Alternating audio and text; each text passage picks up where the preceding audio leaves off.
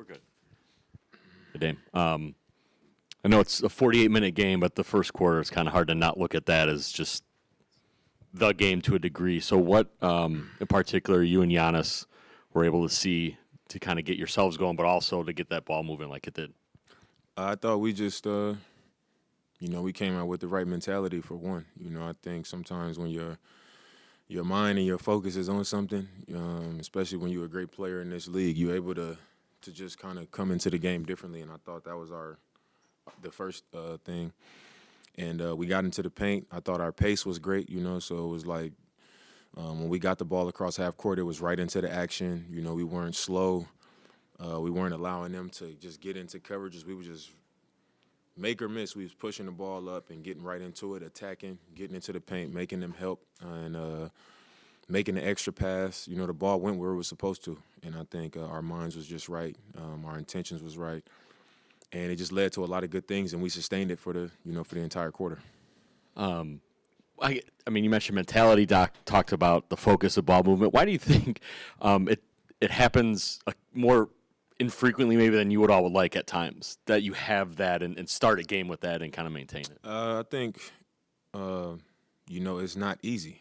Like the way that you generate, good shots and good offense sometimes when it's flowing and when you kind of have a quarter like that, it's easy to forget how hard you were working and how hard you were going to allow that stuff to come, because when you do it, the hard work, things come easier. Like it seems like, you get higher shot quality and more energy is going into the game when you do the hard work. And then over the course of a game, you just think that it's going to continue to happen, So I think it's natural. Like at every level I've played at, I've seen it where it's like you just kind of stop doing what you were doing, the things that went into that type of success.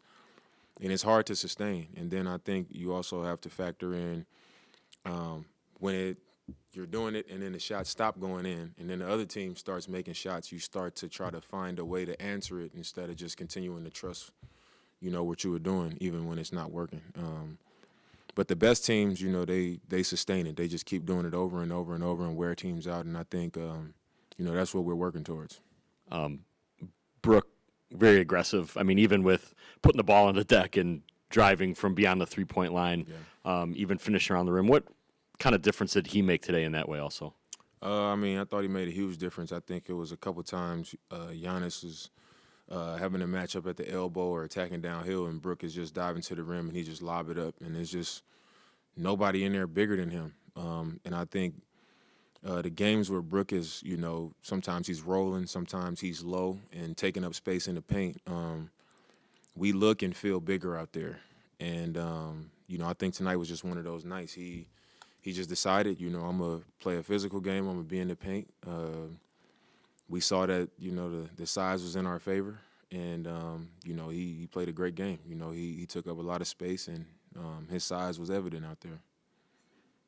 You had that block early in the game that I think led to a Lopez 3 on the other end of the floor. Just if you could tell me, when did you kind of realize you had a chance to chase him down, and how that kind of set the tone for that first quarter?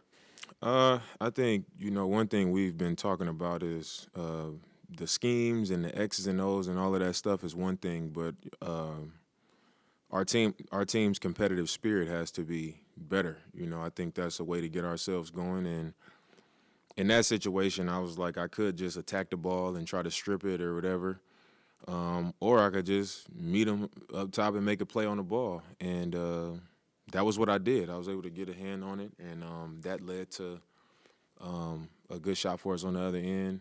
And those are the type of plays that, you see Giannis making, you see Brook making, you see Dre making. I think it just has to be a complete team effort. We all got to be willing to get on the floor and make those types of efforts, because it's infectious and it's the type of plays that we need throughout the game. I was going to ask you about the team spirit, actually. So you feel like that's one of those things where for your team, it's a lead by example type of momentum? I think that's part of it, but I think it's more so everybody has to be in on it. We all got to be willing to, like I said, get to loose balls, take charges, just make those extra effort plays, on offense and defense. Sometimes it might be the ball swings and there's 3 guys on one side, somebody got to get themselves up and cut.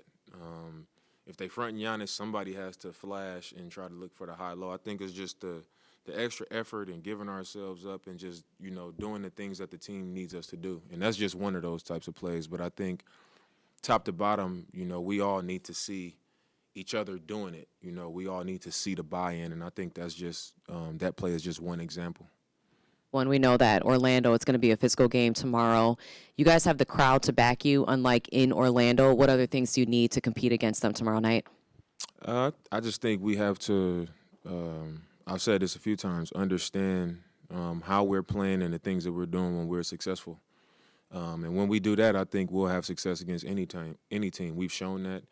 And especially on our home floor, when you got your crowd behind you, everything feels 10 times better when it happens. Somebody hit a 3, it feels 10 times better.